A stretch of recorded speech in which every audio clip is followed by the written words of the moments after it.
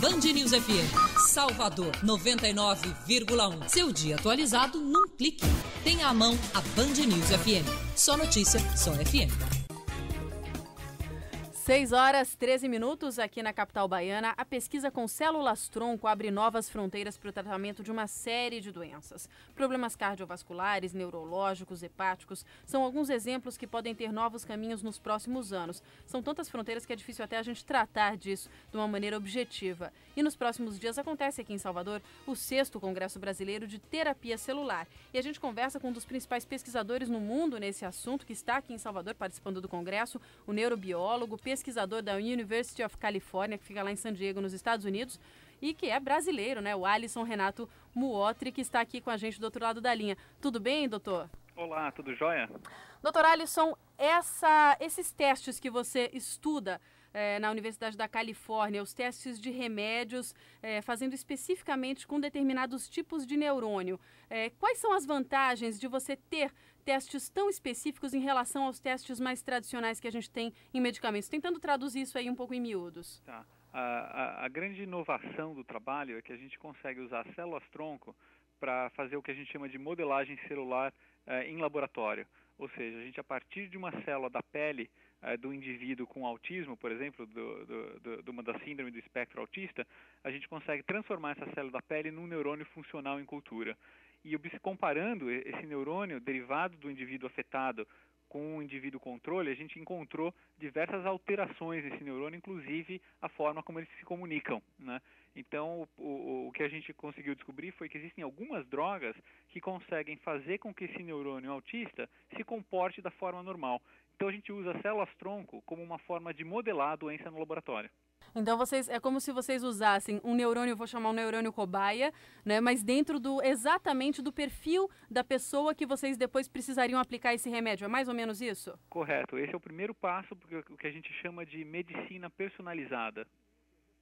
Então, aquela pessoa que vai receber o tratamento, antes dela receber o tratamento, ela passaria por um processo de laboratório completamente personalizado, com um neurônio feito de célula-tronco dela própria, é isso? Isso, exatamente. Cada pessoa poderia ter, então, né, um teste de laboratório, onde que mostraria como que o neurônio dessa pessoa se comportaria, né, sem que você tivesse que fazer uma biópsia do próprio cérebro, né? Hoje seria impossível conseguir voluntários que permitisse que a gente abrisse o cérebro para poder estudar os neurônios em vivo, né? Então a gente faz isso de uma forma indireta.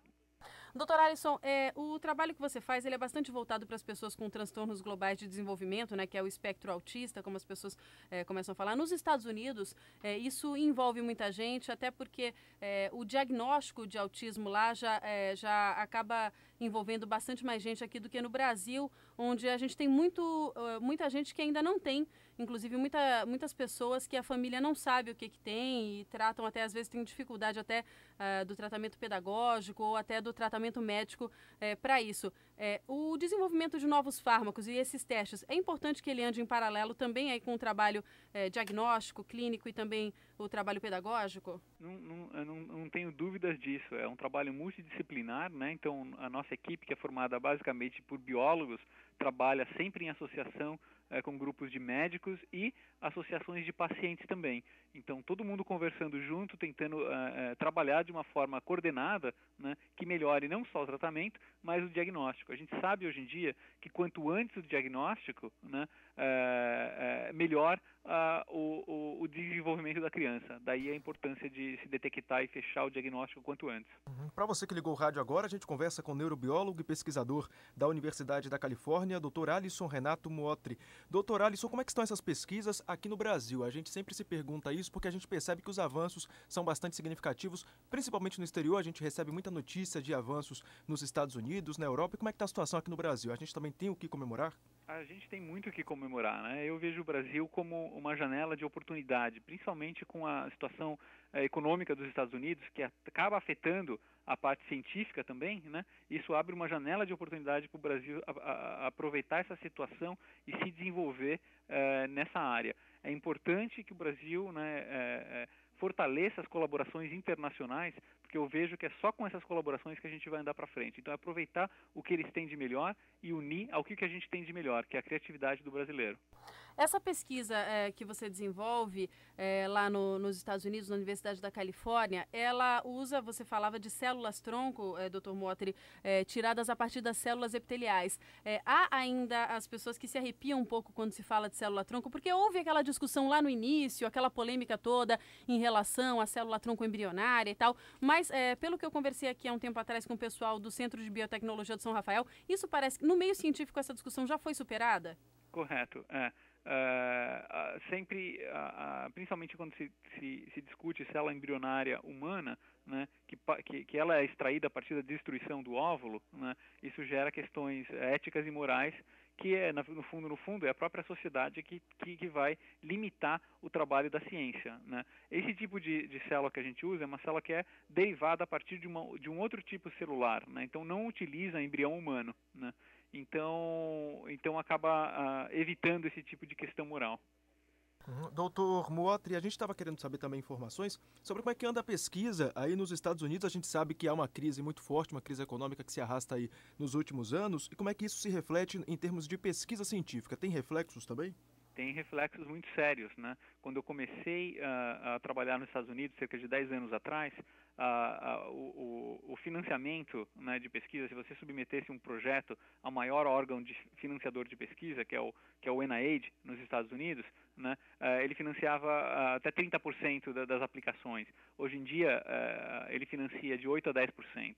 Então, teve uma redução dramática, né?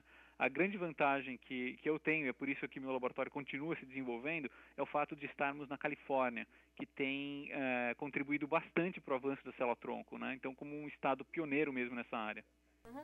Uma média, a gente sabe que quem tem familiares, a gente está falando aqui bastante de autismo, já que a sua linha de pesquisa é bem ligada a essa área, mas quem tem, por exemplo, familiares com Parkinson, com Alzheimer, pessoas sofrendo por exemplo, de mal de Chagas, né, doença de Chagas, e de tantas outras doenças que a gente tem aí, pesquisas com células-tronco, fica encantado quando vê os avanços que são realmente fantásticos, que a gente vê que estão sendo desenvolvidos em laboratório pelos cientistas aqui, pelos brasileiros também que estão fora e pelos cientistas de outros países.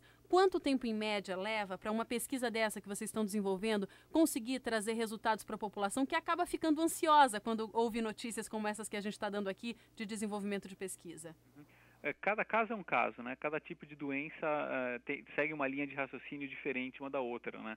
No caso do autismo, o que a gente descobriu foi que é possível fazer essa reversão dos neurônios, né? Então a ideia é que se você consegue consertar esses neurônios em laboratório, a gente conseguiria fazer a mesma coisa com o cérebro humano.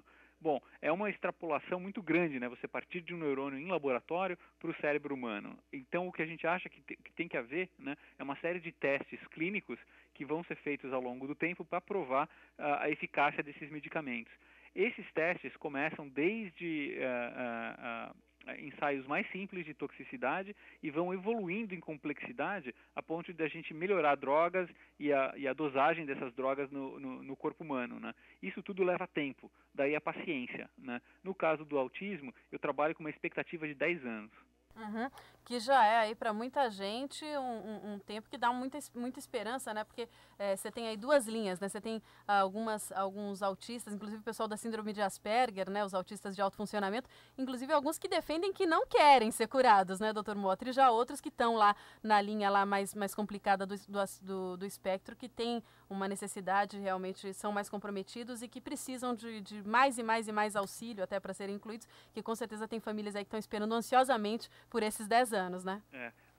Imaginando que em 10 anos, se a gente realmente tem uma droga que consiga reverter esse estado, né, vai ser a decisão de cada um de tomar ou não o medicamento. O trabalho da ciência é chegar até lá, né? Com certeza. E depois as pessoas, claro, tomem suas decisões para saber. É importante a gente ter as descobertas, dar as oportunidades, dar os caminhos e a gente abrir essas oportunidades e, claro, ter cientistas capacitados e ter os recursos financeiros, né, doutor Alisson? A gente sabe que tem que ter financiamento e espero aqui também que no Brasil a gente abra mais linhas de financiamento, porque está melhorando, mas ainda precisa de mais recursos, né? Com certeza. Uma outra parte que fica muito a desejar no Brasil é essa linha de filantropia, né, que nos Estados Unidos acaba funcionando de uma forma bem forte. E o meu próprio laboratório tem doações, né, filantrópicas que acabam mantendo aí o salário de 1 ou 2 pesquisadores. Pode parecer pouco, mas isso é muito importante para a pesquisa, né? É verdade, aqui parece que a filantropia mais pede do que dá, né? Correto.